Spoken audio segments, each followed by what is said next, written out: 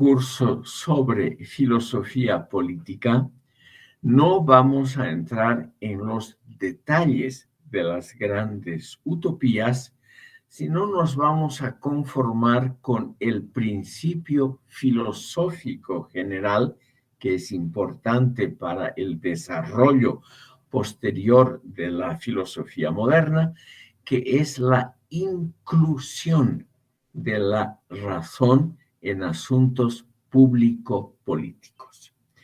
Eso es, en líneas generales, una novedad, estimado público, porque la discusión de asuntos públicos había ocurrido muy poco en la historia mundial y por periodos muy breves.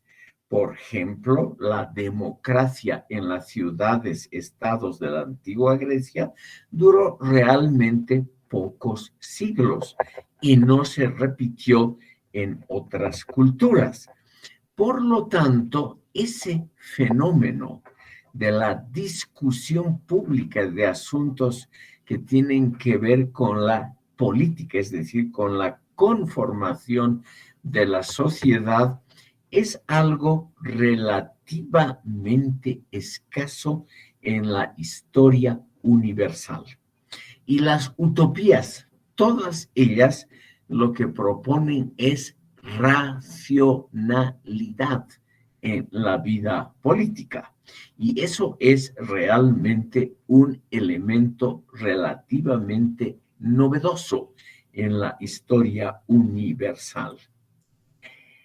En la historia universal, lo usual, estimado público, han sido monarquías o regímenes totalitarios. Eso ha sido lo más usual durante siglos. Aquí vemos en la imagen a Carlos I, todavía joven, durante la Guerra Civil, como él recibe el homenaje. Ustedes ven aquí los soldados inclinan la rodilla ante el rey. Ese hecho que se ve aquí, un gobernante por encima del pueblo, por encima, eso es lo que los utopistas quieren impedir, porque las acciones y decisiones de un gobernante pueden ser equivocadas si no han sido discutidas en un pleno. Vamos a ver, estimado público, que la idea de la intersubjetividad como criterio de verdad, que es la teoría, por ejemplo, de Jürgen Habermas, se empieza a discutir precisamente en los parlamentos británicos. Aquí tienen ustedes una visión del Parlamento británico en el siglo XVIII. A un lado se pone la oposición, al otro lado el gobierno.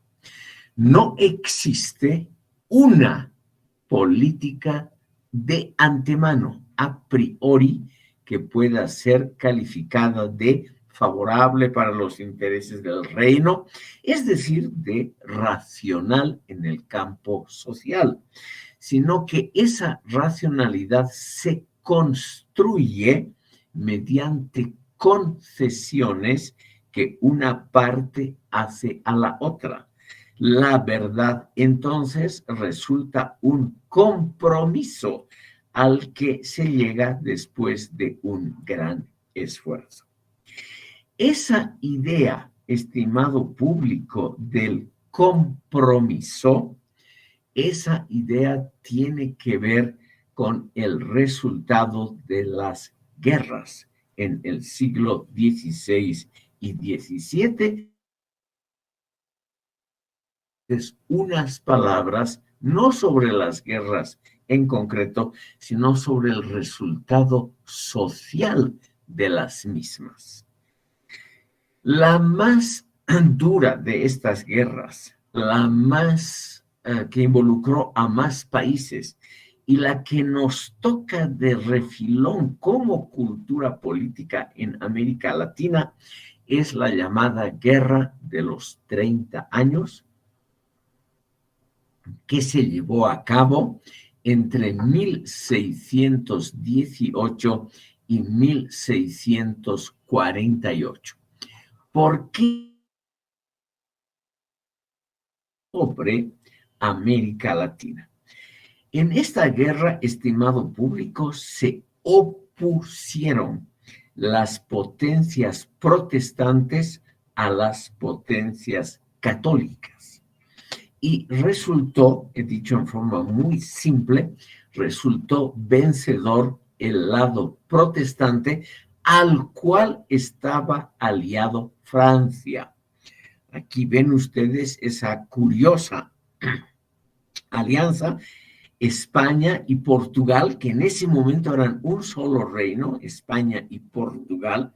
Curiosamente duró poco, pero durante un tiempo hubo un solo gobernante para España y Portugal.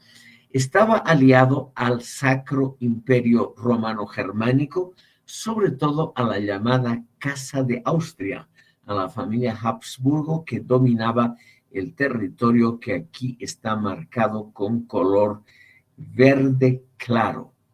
Estas eran las posesiones de la Casa de Austria, que además contaba naturalmente con muchos aliados católicos, tanto en Alemania, por ejemplo, Baviera, como en las estados-ciudades del norte de Italia. Y contra ellos estaba la alianza de los estados protestantes, por ejemplo, Suecia. Ustedes ven que Suecia tiene una forma estatal muy diferente a la actualidad. No domina el sur del propio país, que era parte de Dinamarca hasta el siglo XVIII, y en cambio comprende gran parte de Finlandia y de los países bálticos. Suecia es el reino que está en color rosa. Aquí lo importante es notar, estimado público, que el mapa político de Europa ha cambiado notablemente en el curso de los siglos. Ustedes ven, como les decía, aquí está el Imperio Otomano, que era islámico, en el momento de su esplendor. Ustedes ven, dominan esta línea que la separa de Austria, de la Casa de Austria. Ustedes ven, está muy cerca de Viena, que está aquí en el límite del imperio, y los turcos dominaban lo que hoy es Ucrania, el sur de Rusia. Ustedes ven aquí, esta es la península de Crimea. Entonces, la constelación era muy diferente a lo que es hoy Europa, y en esa constelación hubo un claro perdedor. Y ese perdedor fue España y sus aliados católicos del centro de Europa. Y el gran ganador fue evidentemente Francia, que se posicionó a partir de la Guerra de los 30 años hasta las guerras napoleónicas como el principal estado en Europa. ¿Por qué tiene que ver con filosofía y con nosotros, dos temas diferentes, el resultado de esta guerra de los 30 años? Por una razón muy elemental, estimado público. La Iglesia Católica, pese a los avances del protestantismo en el norte de Europa, donde está el cursor, todos estos países ya eran protestantes al comienzos del siglo XVII, pese al poderío de España. España domina los territorios, estimado público, que están en color amarillo. Bélgica y Luxemburgo eran parte del Imperio Español, como una parte de Francia, esto se llama el Franco Condado. Ustedes ven posesiones en Italia, etcétera, y naturalmente las colonias del Nuevo Mundo y del Asia, las Filipinas, y eran parte de España. Lo que significó esto, estimado público, es el desprestigio en parte del dogmatismo. O sea, la creencia que era muy, muy difundida de que había una verdad y que esa gran verdad era la verdad explicada y representada por el mundo católico y el papado. Esa idea prácticamente recibe un golpe de gracia, o sea, un golpe muy poderoso en la guerra de los 30 años. Ustedes ven aquí cómo Francia ha crecido bastante. Portugal se separa de España y adquiere una dinastía propia, y los católicos pierden sobre todo aquí en el centro de Europa. Este es el Sacro Imperio Romano Germánico, era una confederación de países soberanos entre sí. Pierde, y también Holanda, que en ese momento, aquí está en color anaranjado, que era lo más próspero de Europa, se convierte en un país independiente de España, de la corona española. Todos los Países Bajos habían pasado por herencia a la corona española. ¿Qué quiere decir esto en términos culturales y filosóficos? El prestigio de la religión católica, del papado, etcétera, se viene simplemente abajo. El mundo desde entonces es un mundo predominantemente en Europa dominado por las potencias protestantes, entre las que se destaca Inglaterra, que luego se une a Escocia, que está aquí en color verde, y a Irlanda, y forma el Reino Unido, por eso se llama así, el Reino Unido de Gran Bretaña e Irlanda, que poco a poco se convierten en la primera potencia comercial y económica del mundo entero. En cambio, los países católicos, y aquí tenemos este enorme país que está en color violeta, dice la Confederación Polaco-Lituana, este país, estimado público, empieza a declinar totalmente. Un siglo después, en el siglo XVIII, deja de existir. Todo este enorme país, la famosa Confederación Polaco-Lituana, es dividida entre sus vecinos. Una parte le toca a Rusia, que aquí está en color amarillo, otra a Austria, y otra parte le toca a Prusia, que aquí aparece muy chiquita, pero que es el país protestante más exitoso, aparte de Gran Bretaña, en el mundo moderno, en el mundo de los siglos XVII, XVIII, XIX, hasta la Primera Guerra Mundial. Alemania, que está aquí dividida, ustedes ven, varios países, o muchos pequeños países soberanos, termina en 1871 uniéndose bajo la hegemonía de Prusia, Prusia-Brandenburgo, que aquí está en color verde y aquí rayado. Entonces, para la filosofía, esto significa muy claramente, estimado público, que ya no hay un centro importante, como eran las decisiones papales, un centro importante que diga qué es verdad y qué es mentira. Eso deja de existir. Y en cambio lo que ocurre es un pluralismo de ideas que desde entonces domina culturalmente el mundo. No hay un solo protestantismo, sino muchos. En Inglaterra se establece la iglesia anglicana, que no reconoce ninguna autoridad por encima de su arzobispo de Canterbury. Aquí Escocia que se convierte presbiteriana. Los países del norte de Europa, donde está aquí el cursor, Dinamarca y Suecia, los dos principales durante siglos, se convierten al luteranismo. Y así sucesivamente, luego Suiza, en gran parte calvinista, lo mismo que Holanda, que la República de los Países Bajos, que empieza como república.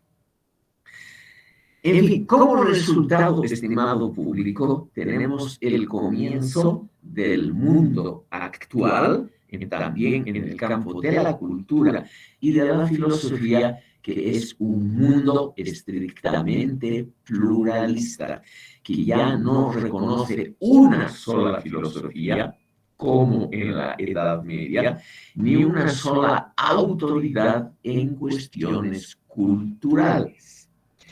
Y esto quiero mostrarles a ustedes, es la relación que tiene con América Latina, porque nosotros hemos heredado, España siguió existiendo, siguió siendo católica, siguió teniendo gobiernos muy conservadores hasta reaccionarios. España se convirtió, pese a ser derrotada, en el adalid, es decir, en la vanguardia de un espíritu católico y reaccionario. Y por ello es que España, estimado público, no ha dado un filósofo, un pensador importante desde el siglo XVI.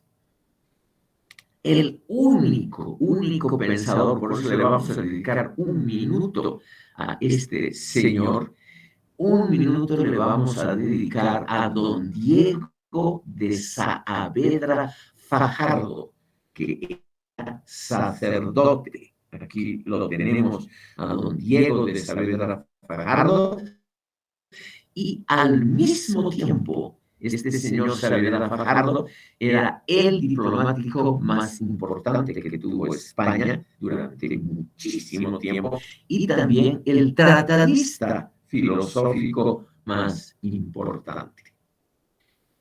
Y sin embargo, ustedes probablemente nunca han oído hablar de Diego de Saavedra Fajardo, y con mucha razón, porque su obra, estimado público, en el campo de la filosofía, de la ciencia política, de las ciencias sociales, es una obra relativamente mediocre, que no puede compararse a la obra, por ejemplo, de Maquiavelo, de Descartes, de Leibniz, es decir, de los grandes pensadores más o menos de la misma época.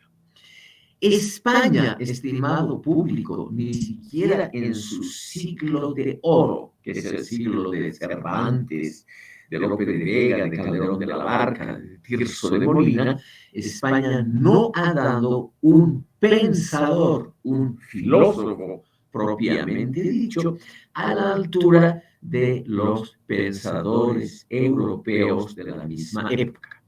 Dicho en una palabra radical, hemos heredado una cultura de segunda clase, una cultura mediocre, una cultura que en el campo justamente de la enseñanza favorecía la memorística, el recitar de memoria litúrgicamente contenidos que ya estaban además obsoletos, pero que eran considerados como extraordinariamente importantes, vigentes y válidos. Si ustedes ven aquí el título de la obra, La República Literaria, esta obra, con toda razón, está totalmente olvidada. Y así la obra más importante que escribió Diego de Saavedra Fajardo sobre filosofía política. Su obra se llama El Príncipe Político Cristiano representado en 100 empresas, que era una contestación a Maquiavelo. O sea, el tratar de fundamentar la idea de que la política tiene que ser, como siempre, la continuación de la ética y además de la ética católica. Esa idea obviamente no tuvo, estimado público, ninguna importancia posterior en la conformación de la filosofía europea del racionalismo y de la ilustración. Lamentablemente hay que decirlo, este es el pensador más importante que produjo España entre el siglo XV y el XX, 500 años de esterilidad. 500 años de repetición de lo mismo, 500 años, estimado público, de falta de innovaciones en el campo del pensamiento. Y lamentablemente nosotros, los descendientes de la cultura heredada por la colonia, hemos heredado ese tipo de pensamiento del cual recién nos estamos liberando a partir más o menos de la segunda mitad del siglo XIX. Pero todavía quedan muchos resabios, por ejemplo, en la forma como funcionan las universidades, en el mal funcionamiento del poder judicial, en el excesivo burocratismo de la administración pública.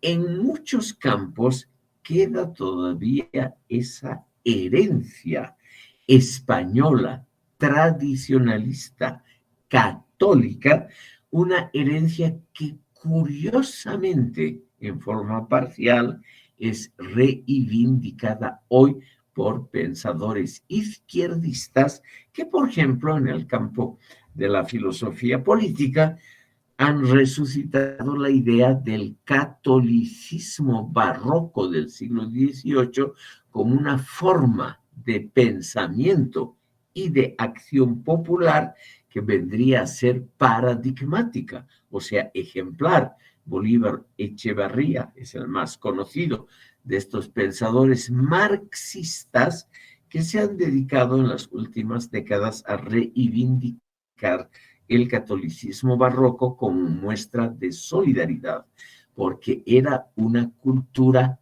colectivista opuesta precisamente a lo que en Europa se desarrolló con el nombre de racionalismo e individualismo. Entonces, por ello, estimado público, es que los resultados de la guerra de los 30 años han tenido una influencia muy interesante sobre América Latina. Todavía hoy. Aquí tienen ustedes otro mapa donde se les muestra sobre todo la gran división de Europa en esos tiempos. Pero ustedes no tienen que recordar nada de eso, sino solamente pensar en esta gran pregunta que yo la hago en base a Diego de Saavedra Fajardo. ¿Por qué hemos tenido lamentablemente esta tradición católica, autoritaria, dogmática, en el plano práctico de la enseñanza, una enseñanza memorística y no dada a innovar ni a dar las bases para inventos tecnológicos importantes que casi todos han sido producidos en el norte de Europa? Estos países del norte, pobres en recursos, estimado público, pobres en suelos agrarios, estos países donde está el cursor, estos, Holanda, el norte de Alemania, Prusia, estos países son los que hacen avanzar al conocimiento, los países protestantes. Por las dudas, yo no soy protestante y no le tengo simpatías a esa tendencia, pero no hay duda de que en esos siglos, o sea, en los siglos en que se está formando la filosofía moderna, España y los países católicos en general, con la excepción de Francia, tienen muy poco que decir. Es la filosofía moderna prácticamente una creación de Francia y del norte de Europa, Estado público, sobre todo del noroeste de esta región, aquí, esa filosofía moderna que ha resultado ser, nos guste o no, extraordinariamente exitosa por su vinculación con la ciencia y la tecnología.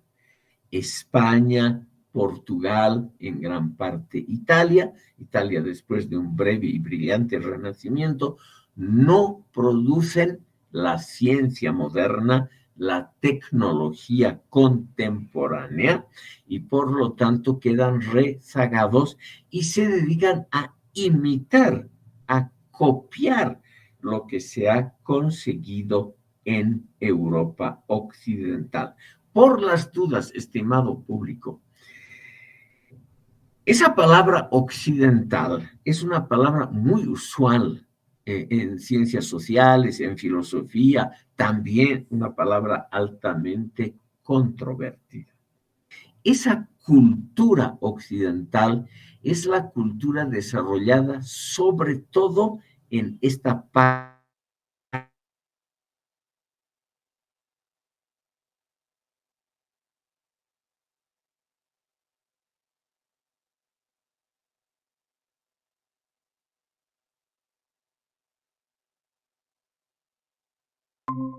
otra región que está evidentemente al occidente, España y Portugal, que han sido muy importantes como pioneros de los descubrimientos. Ustedes saben que fueron navegantes españoles y portugueses los que para Europa, desde la perspectiva europea, descubrieron gran parte del mundo, pero se quedaron ahí. Es decir, después del descubrimiento de América y de la conquista, en el campo de los inventos, procedimientos militares, en el campo de la náutica, se quedaron muy atrás y después de las carabelas no produjeron ninguna renovación del saber náutico que pasó claramente a manos de ingleses y holandeses. Es por eso, estimado público, que la filosofía moderna es una filosofía sobre todo de esta Europa occidental que les muestro aquí, esa Europa que gana la guerra de los 30 años y establece un sistema político algo diferente al español y al portugués. Permítanme unas breves palabras sobre el sistema universitario que se desarrolla en Europa a partir de entonces, porque eso marca profundamente las diferencias entre dos ámbitos culturales y filosóficos, una importancia que hasta hoy tiene su influencia. Como les decía, España y Portugal fueron pioneros y su labor ha sido muy notable en los descubrimientos, sobre todo en los siglos XV y la primera mitad del XVI. Ahí viene la muy larga decadencia cultural de España y Portugal, que por ejemplo en el campo de la filosofía no producen a ningún pensador y a ninguna obra que vayamos a estudiar o que la comunidad internacional vaya a tratar porque simplemente no existe. Hemos visto al pensador más importante, que vendría a ser Diego de Saavedra Fajardo, y realmente él, su príncipe político cristiano, representado en 100 empresas y otras obras menores, la República Literaria de él, no tienen el nivel ni de lejos de la filosofía, por ejemplo, de Maquiavelo o de pensadores muy diferentes entre sí, como Bacon en Gran Bretaña, Descartes en Francia, Leibniz en Alemania, etc. Lamentablemente no hay nada similar en España y Portugal. El destino de Portugal, permítanme un paréntesis brevísimo, es naturalmente muy decidor de esta situación. Portugal, estimado público, muy tempranamente, a fines del siglo XV y comienzos del XVI, mucho antes de que Inglaterra adquiera su primera colonia, ya había colonizado parte del Brasil, una parte importante de las costas africanas, y había puesto su presencia en el Asia. Una parte de la India, Goa, que es un estado federal todavía hoy de la República de la India, de habla portuguesa y religión católica, habían puesto su bandera en la India y en la China. Macao, tal vez ustedes, Macao, perdón, con U al final, tal vez ustedes pueden fijarse en internet, fue posesión portuguesa hasta hace pocos años, hasta 1997-98, cuando fue devuelta a la China. Para que ustedes vean simplemente que este pequeño país aquí al borde de Europa tuvo un desarrollo muy brillante, pero muy breve, muy breve. Portugal tuvo colonias muy interesantes, como lo que hoy es Sri Lanka, Singapur, parte de Indonesia, todavía hoy, estimado público, en Indonesia, la isla de Timor tiene una parte llamada oriental que conforma una república completamente soberana e independiente que se llama la República Oriental de Timor, también de habla portuguesa y religión católica. Estos ejemplos que no tienen ustedes que recordar es para mostrarles la expansión enorme que tuvo este pequeño país, pero que no la supo mantener. Algunos de los lugares mencionados quiero resaltar, sobre todo Ceilán, Sri Lanka, la India y Singapur, pasaron rápidamente a ser colonias de Holanda, este país que está aquí, muy exitoso, porque realmente renovaron completamente la técnica naviera, totalmente. Son los grandes constructores de barcos, realmente un pueblo extremadamente exitoso y un país muy pequeño en población y superficie. Pero los holandeses conquistaron parte de las Antillas, hasta hoy Aruba, Curazao, etcétera, son parte del Reino de Holanda. Lo mismo en el Asia, toda Indonesia fue colonia holandesa hasta la Segunda Guerra Mundial, es decir, un país muy exitoso en su expansión comercial y colonial. ¿Y por qué? Y este es un problema filosófico. Porque aplicaron los avances de la ciencia a la vida cotidiana.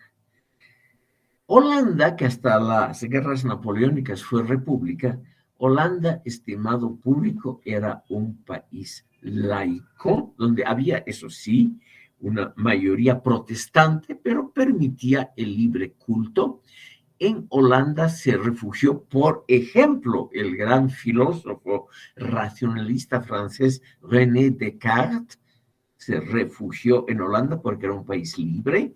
En Holanda se imprimieron hasta la Revolución Francesa muchas obras, por ejemplo, la enciclopedia. Holanda fue también la patria de refugio de las minorías judías de España y Portugal. Tal vez ustedes han oído hablar del filósofo Baruch Spinoza, de origen español. Este filósofo, nacido ya en Holanda, era de una familia emigrante de España. ¿Por qué? Porque había libertad para ejercer la religión, para comerciar, para leer y publicar lo que uno quisiera. O sea, muy rápidamente, estimado público, la filosofía pasó del norte de Italia, que también se quedó en el campo filosófico, no en el artístico. En el campo filosófico se quedó muy estancada y podemos decir atrasada. Y realmente estos países del norte, y he mencionado a Francis Bacon, el Lord Canciller de Inglaterra, estos países del norte empezaron a ser importantes en el campo de la filosofía y de las ciencias naturales, para no hablar de lo obvio que es la importancia de estos países en la investigación científica y en la aplicación de la ciencia a la práctica, que es la tecnología. En Inglaterra es donde se desarrollaron la mayor parte de las investigaciones empíricas de los siglos XVII a XIX. Basta mencionar a Isaac Newton, el descubridor de la ley de la gravitación universal y de otras leyes que rigen la naturaleza. Cosas, estimado público, que ni en España, ni en Portugal, ni en Italia fueron ni investigadas ni desarrolladas. Ustedes me dirán, pero Italia ha tenido a Galileo Galilei, el gran astrónomo y físico, evidentemente. Pero Galileo Galilei, cuyo aporte a la filosofía queda dentro del rubro del curso Filosofía Moderna 1, que por lo tanto no lo vamos a tratar.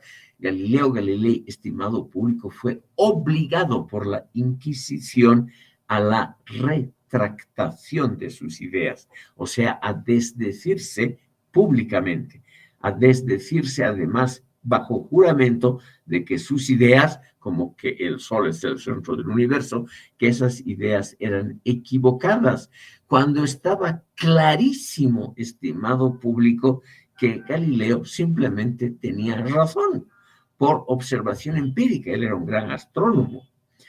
Ese mundo de la Inquisición, ese mundo, estimado público, es el que hemos heredado. Aquí tienen ustedes una muestra de ese mundo. Aquí la bandera de los tercios españoles es una tropa española, probablemente armada ya con cosas obsoletas. Estimado público, esta armadura de hierro pesada, muy difícil de andar y de luchar con ella, servía en la Edad Media para liberarse de flechas, es decir, de armas de corto alcance y de poca fuerza. Pero ante un disparo de un cañón, esto era simplemente inútil. Aquí ven ustedes cuál es la cultura que hemos heredado. En primer lugar, una cultura belicosa, se nota muy bien en este cuadro con muchas lanzas, cuando en realidad lo que decidían eran las armas de fuego, que aquí aparecen también. Ven ustedes aquí un arcabuz, un fusil antiguo, un cañón, etcétera, pero la mayoría de los soldados todavía usan lanzas, aquí como por ejemplo este tipo, y el propio conductor de la batalla, que seguramente lo único que tenía era un sable. Y los otros, estimado público, por ejemplo, los holandeses victoriosos contra España, utilizaban armas modernas. Hemos heredado, por eso esta figura es importante, hemos heredado una cultura belicosa, pero al mismo tiempo técnicamente obsoleta y filosóficamente fuera de foco. O sea, el foco de la investigación, del pensamiento, ya había pasado a otros campos. Esta es la forma como los españoles valientemente combatían. Ustedes ven con armas blancas. Esto fue útil contra los árabes marroquíes, inmediatamente al sur de España. Pero, estimado público, esto no sirve en la guerra moderna. En la guerra moderna lo que sirven son armas modernas que se basan en la tecnología también moderna. Y es por ello que el mundo se recompone de una manera donde lo que triunfa es la ayuda de la tecnología, es decir, la aplicación de la ciencia a cuestiones prácticas. Estimado público, vamos a ver rápidamente cómo esta situación realmente ha influido sobre el desarrollo de la filosofía moderna. Como les dije, en la época moderna, los descubrimientos geográficos, los muchos inventos tecnológicos y también la apertura de la mente invitan a otro sistema de enseñanza de la filosofía. Es ahí donde nacen sobre todo aquellos pensadores individuales. Quiero mostrarles otra vez aquí a Copérnico para que vean ustedes el tipo de investigador que nace y que condiciona también a la filosofía. ¿Por qué esta imagen es importante? Porque nos muestra aquí la naturaleza. Ustedes ven un cielo estrellado y un hombre que no está leyendo la Biblia o que no está leyendo la Suma Teológica de Santo Tomás de Aquino, sino un tipo que se dedica con su compás a medir las órbitas de los planetas. O sea, en una palabra, a estudiar la naturaleza. Aquí ven ustedes a otros típicos científicos del norte de Europa que van estudiando la naturaleza como es y no repiten, no reiteran en forma litúrgica lo que Aristóteles o Santo Tomás de Aquino o la Biblia han dicho de manera definitiva. Eso es el mundo moderno. Y en la filosofía esto da un gran aliciente al empirismo. Y este señor es el introductor del empirismo en la Gran Bretaña. Y el hecho de que Francis Bacon, como pensador, haya llegado a ser Lord Canciller, significa, estimado público, que había una estimación social mucho más grande en favor de las ciencias empíricas del pensamiento libre que en el mundo católico. Eso es lo principal que les puedo decir en la sesión de hoy. Es decir, una estimación mayor por la comprobación empírica, es decir, en la realidad natural de los fenómenos medibles de la naturaleza, sin hacer, como lo hicieron Aristóteles y otros, grandes especulaciones faltas de base empírica sobre el universo. La filosofía, por lo tanto, se vuelca al experimento. Francis Bacon murió, estimado público, con una pulmonía a una edad relativamente joven, porque él trató de investigar fenómenos relativos al frío, al congelamiento, con investigaciones empíricas. Y en una de esas investigaciones, él, que no tenía una salud muy buena, le dio simplemente una pulmonía en medio de sus experimentos con materias extremadamente frías y se murió. Pero es un ejemplo, estimado público, este señor Bacon, es un ejemplo de lo que produce el empirismo. Y aquí, en esta imagen de una de las primeras publicaciones, se ha tratado de mostrar por qué la Gran Bretaña empieza a prosperar notablemente. ¿Por qué? Porque empieza a usar la tecnología a gran escala. Si ustedes ven aquí hay una rueda de molino, inspirada en el agua, y aquí ven ustedes gente que hace mediciones. Es decir, la naturaleza empieza a ser medida. ¿Por qué? Porque el conocer la naturaleza es el primer paso a dominarla. Francis Bacon dijo, saber es poder. Esa era su famosa divisa. Conocer es poder. Entonces, había que conocer la naturaleza, aquí la están midiendo, la están investigando. Aquí ven, en esta torre, en este castillo, hay un astrónomo que está mirando las estrellas. Es decir, todos estos, aquí hay uno que utiliza los conocimientos para la agricultura. Todos estos personajes están, estimado público, aplicando los conocimientos científicos para medir y aprovecharse de la naturaleza.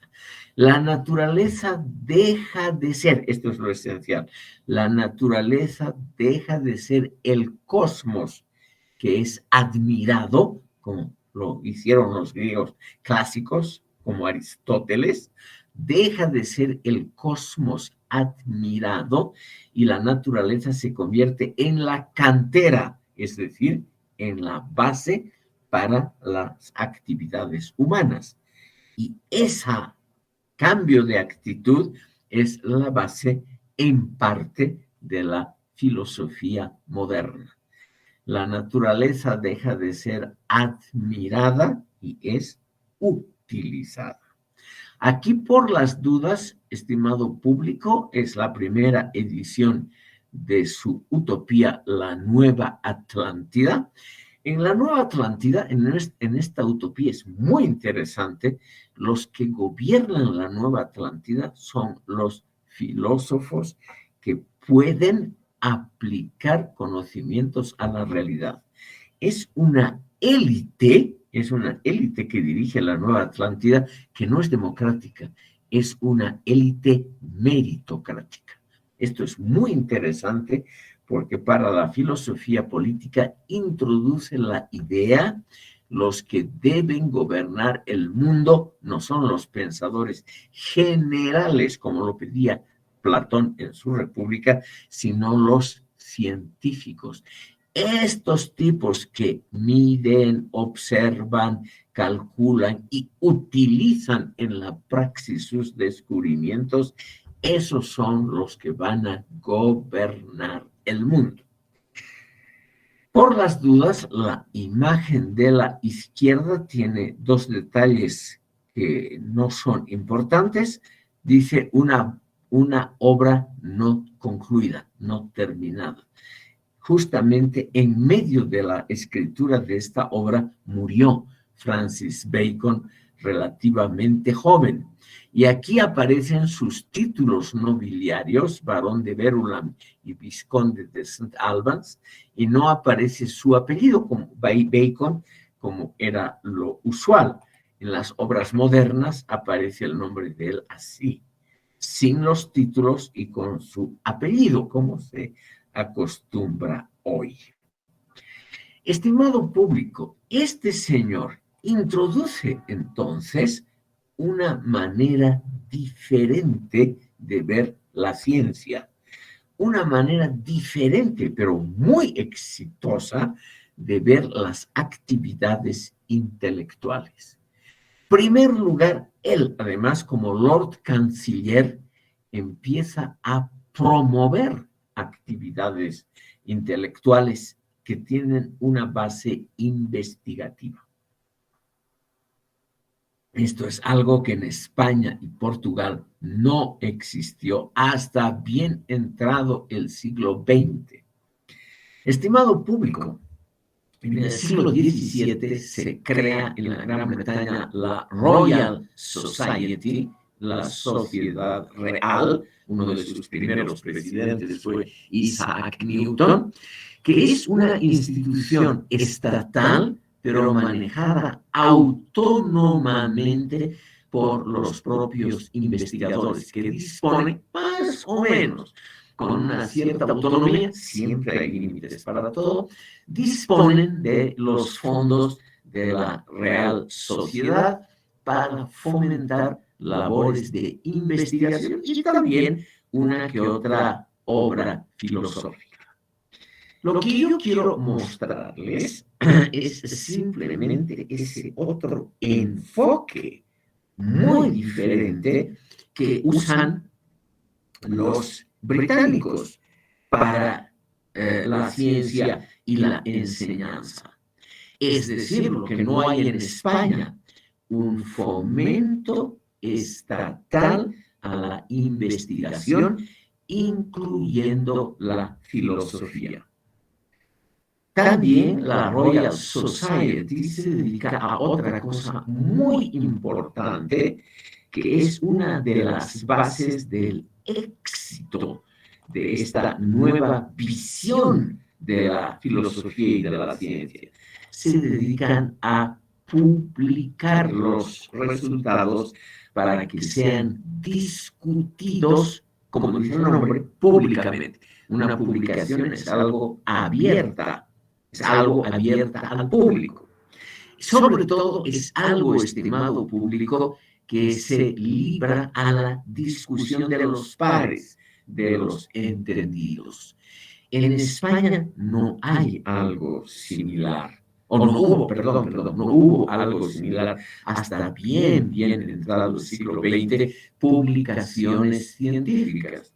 Por ejemplo, una revista de filosofía que haya sido fomentada por el propio Estado, pagada por el Estado español y que hubiera servido como un foro de discusión.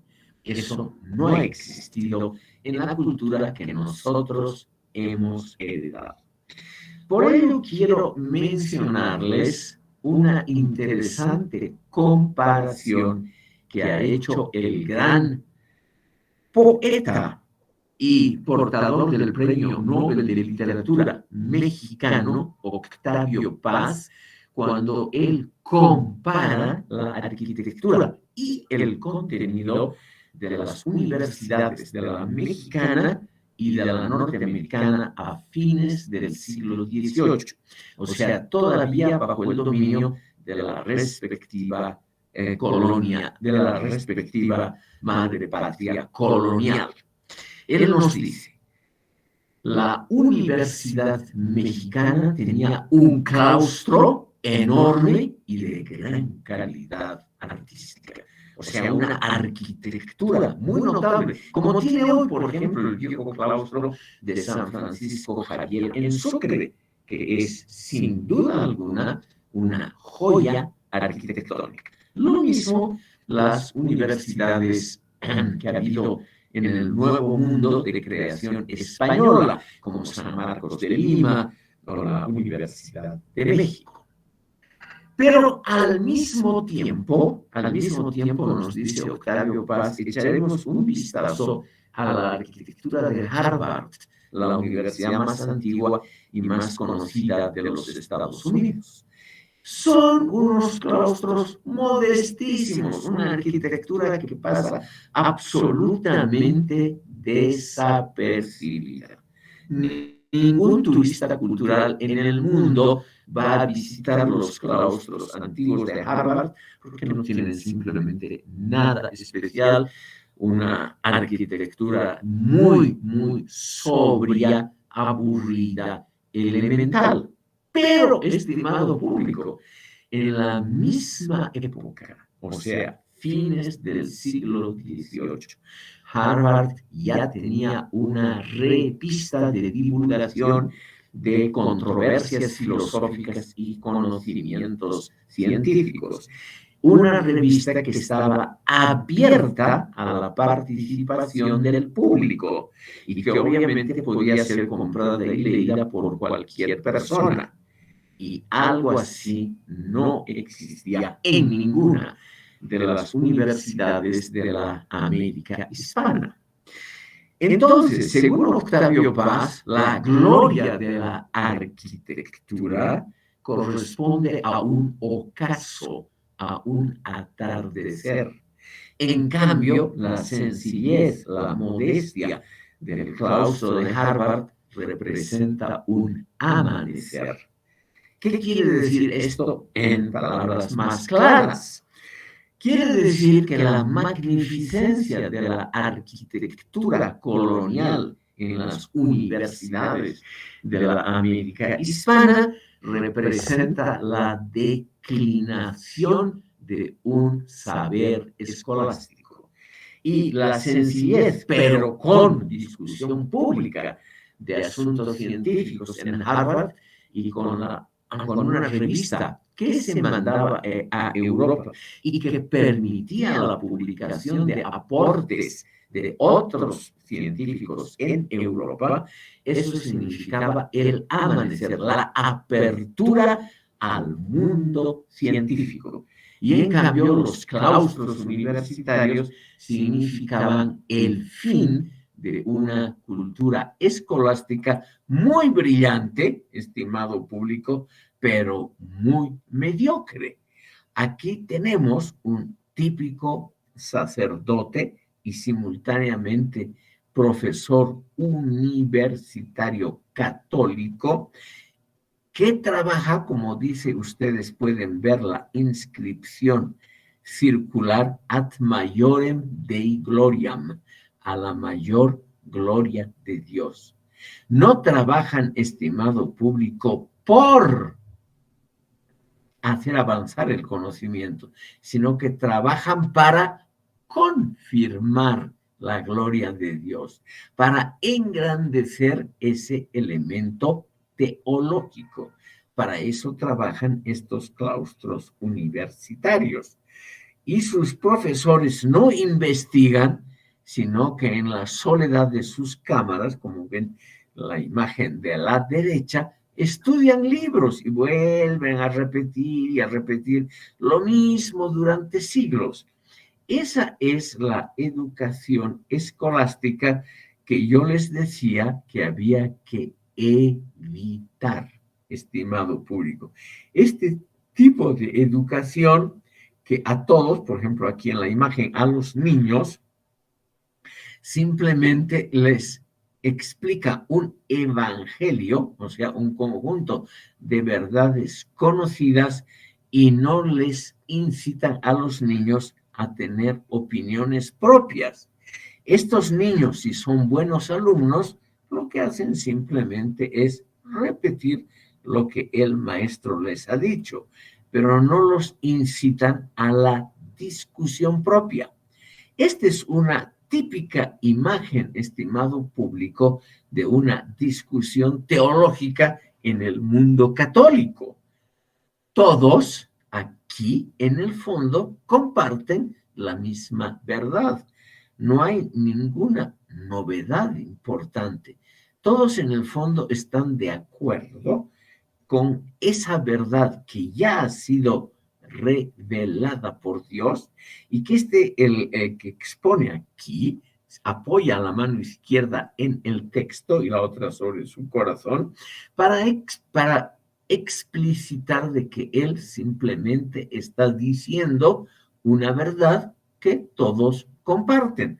aquí obispos, cardenales, las más diferentes graduaciones que tiene la jerarquía católica, todas diferencias muy vistosas, pero que no apoyan, lamentablemente, a la discusión de novedades. Mejor dicho, novedades es lo que no quieren escuchar. Por cultura general, quiero mencionar algo que tiene que ver precisamente con el mundo católico en el campo de la enseñanza. Esto, estimado público, es el Concilio de Trento, una ciudad en el norte de Italia, que luego perteneció al Imperio Austrohúngaro durante muchísimo tiempo, hasta la Primera Guerra Mundial. Trento. Aquí vemos cómo era la discusión en una sesión del Concilio de Trento que fijó la contrarreforma. La contrarreforma es la gran respuesta de la Iglesia Católica a la reforma protestante. Por ello se llama la contrarreforma. Y esa contrarreforma decidida y aprobada por el Concilio de Trento significó en el fondo combatir a Galileo Galilei, a la investigación científica y reafirmarse en la manera escolástica de impartir enseñanzas. Ustedes ven aquí al el expositor, una especie de tribunal con dos o tres de tres diferentes cualidades, y aquí un público todos igualmente vestidos, lo que significa que todos tienen la misma opinión. Eso lamentablemente muestra esta imagen del Concilio de Trento. Lo que para los católicos y también para los revolucionarios izquierdistas en América Latina es una virtud, la unanimidad de pareceres, el tener una verdad, la que está en la Biblia o en las obras de Marx o en los dichos de Che Guevara o algo así, una verdad que tiene que ser reproducida, pero que no puede ser discutida. Una verdad que tiene que ser transmitida a los otros. Ven aquí otra figura del Congreso de Trento, pero no es una verdad que tenga que ser claramente discutida, sino es una verdad que ya de antemano tiene que ser creída. Esa es la diferencia, estimado público, con el mundo protestante, donde como no hay una verdad definida, simplemente hay que buscarla. Y para buscar hay muchos caminos, no existe uno solo. Y al haber muchos caminos, hay una cierta libertad de investigación. No hay un camino que hay que seguir. Entonces, ese pluralismo de ideas es lo que distingue al pensamiento de Europa occidental. Y la unanimidad de pareceres es lo que se destaca en el pensamiento católico que lamentablemente nosotros hemos heredado. Nosotros, estimado público, hemos heredado este tipo de pensamiento. Todos más o menos comparten el mismo libro, o sea, la base sobre la cual se asienta la mano antes de hablar, esa base indubitable, quiere decir indudable, que no puede ser puesta en duda, que es muy similar a la función del Corán y de las verdades reveladas en el mundo islámico, que pueden ser repetidas, aprendidas de memoria, pero no pueden ser puestas en duda. Por ejemplo, en el mundo islámico hasta hoy, como les contaba, El sabio es el que puede repetir un texto considerado como absolutamente verdadero, sin preguntar el por qué el texto dice esto o sin rebatir el texto de acuerdo a conocimientos ganados empíricamente en forma posterior. Eso hasta hoy no existe en el mundo islámico, que no se ha distinguido por la inventiva, por la investigación científica, por la discusión filosófica, salvo obviamente excepciones. Nosotros, estimado público, lamentablemente tenemos algo que ver con este mundo que quiere más bien afianzar lo que ya existe. Don Diego de Saavedra Fajardo, el más notable pensador español en siglos, era miembro, como dice aquí, del Supremo Consejo de Indias, fue plenipotenciario para la paz universal, como dice aquí, porque él fue el embajador plenipotenciario de España en el Congreso de Münster, que selló, estimado público, la Guerra de los 30 años.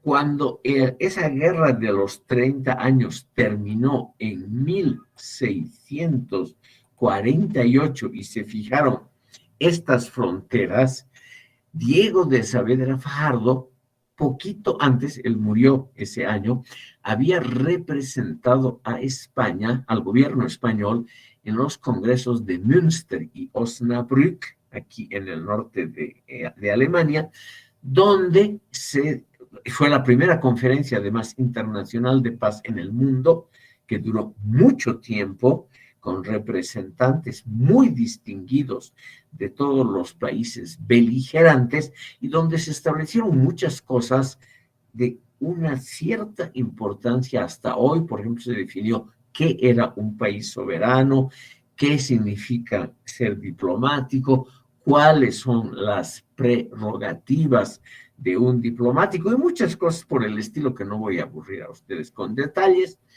Estos congresos fueron muy, muy importantes.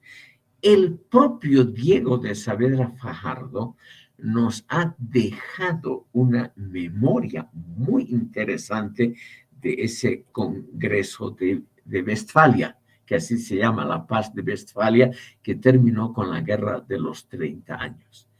Y el estimado público reconoció que no tenía argumentos para contraponerse a los argumentos de los representantes protestantes. En una palabra, él no estaba formado al nivel del mundo moderno. O sea, le faltaba esa formación pluralista, racionalista que daba la filosofía moderna. Y él solamente argumentaba con el derecho divino de los reyes españoles, etcétera, etcétera, cosas que los otros plenipotenciarios escuchaban respetuosamente, pero no tomaban en serio. Aquí lo tienen a ustedes, a don Diego de Saavedra Fajardo, está con la insignia de la Orden de Santiago, o sea, un elemento feudal aristocrático de viejas épocas. Lo importante para él era eso, el pertenecer a una orden de caballería, como era la Orden de Santiago. Y aquí tiene un libro. Y para él no era tan importante el haberse formado en la filosofía racionalista que él combatió en muchos libros, combatió muy severamente. Entonces, España, estimado público, para ir terminando, envía a su más ilustre representante, al intelectual más famoso, lo manda, como dice aquí, como plenipotenciario para negociar la paz universal. O sea, para realmente negociar la terminación de la guerra de los 30 años. ¿Y qué hace España, estimado público? tiene que ceder en todos los puntos en esa guerra de los 30 años. Tiene lamentablemente que cederla y reconocer la independencia de Holanda, que era colonia española, posesión española. Tiene que ceder a Francia, como ven ustedes aquí, un amplio territorio en el este de España, el sur de Francia, tiene que ceder y tiene además en el mundo colonial que ceder un montón de colonias a los países más exitosos, sobre todo a Holanda. Al mismo tiempo, Austria, los emperadores del Sacro Imperio, que eran católicos hasta el final, tienen que reconocer que son una potencia de segunda en comparación con Francia, Gran Bretaña, Prusia, Suecia, es decir, en comparación con las potencias protestantes y con sus aliados. Francia ahí jugó muy exitosamente. Un país católico aliado de principio a fin con los protestantes, mostrando al mundo que lo que importaban eran los intereses materiales y no la pertenencia a un credo religioso. Entonces, estimado público, la filosofía moderna se va formando en un mundo algo diferente al mundo medieval. Se va formando en un mundo donde la religión pasa a un segundo plano. El pensamiento religioso y todo lo que tiene que ver con estudios bíblicos, con la vuelta a discutir lo que dicen los evangelios, la gran especialidad española. Todo eso, estimado público, pasa a un segundo término. Pese a la enorme concurrencia que tuvo el Concilio de Trento y el establecimiento de la contrarreforma, quiero mostrarles el único éxito que tuvo la contrarreforma. Ustedes ven aquí en este mapa cómo Europa se forma, se define en 1648, año en que termina la Guerra de los 30 años. Aquí, estimado público, hay un país católico que realmente resiste los embates de los protestantes, Suecia y Prusia, Brandenburgo, Prusia, y también los embates de los ortodoxos, aquí representados por Rusia. Este país se mantiene católico y hasta hoy la mayoría de la población polaca y lituana son católicos.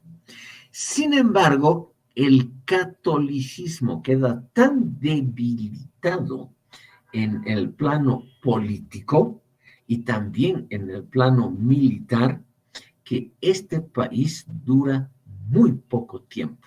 Y eso que es un país muy importante, ha existido siglos antes, como ven ustedes, esta Confederación Polonia-Lituania durante muchos siglos era muy grande en extensión y era la potencia dominante en Europa Oriental.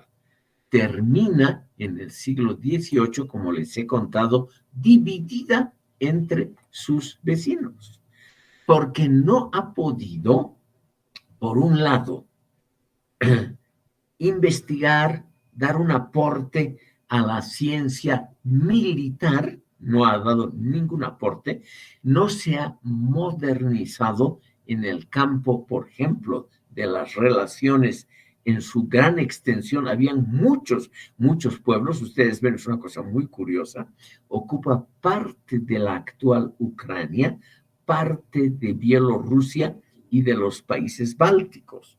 No puede mantenerse porque es un país anacrónico, es un país que realmente está muy fijado en el pasado, y no comprende cómo los países modernos que quieren estados nacionales, quieren establecer naturalmente estados propios.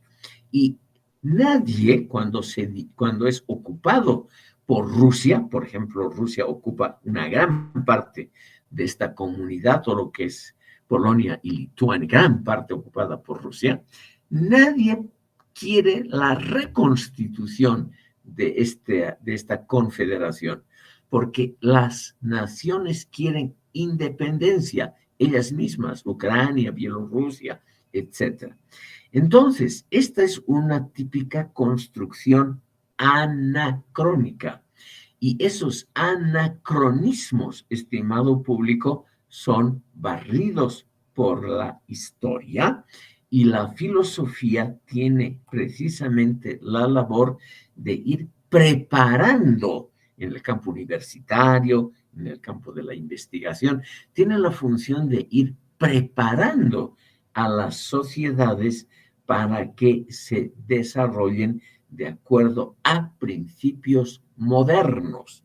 Y eso es lo que el mundo católico no logra producir. En una palabra, con eso termino, el mundo moderno, donde se forma la filosofía moderna, que vamos a empezar a estudiar la próxima clase con Michel de Montaigne. El mundo moderno, estimado público, no es el mundo católico tradicional y medieval, sino es ese nuevo mundo formado por la Reforma Protestante, el éxito de la investigación científica y sus aplicaciones tecnológicas, y es el mundo de la expansión colonial. Holanda Inglaterra y Francia, estos tres países son los que desarrollan esa actividad de apropiarse del mundo de la manera más exitosa, justamente a partir del siglo XVII. Eso es lo que vamos a ver a partir de la próxima sesión. Estimado público, pregunto si hay alguna duda, algún comentario, algo así. Si no, estimado público, podríamos dar por terminada la sesión de hoy. Si no hay ningún comentario o algo así. Todo bien, doctor. Buenas tardes. Bueno, buenas tardes, que les vaya muy bien y nos vemos el próximo martes, y empezamos con el escepticismo de Michel de Montaigne. Les deseo bien un buen fin de semana.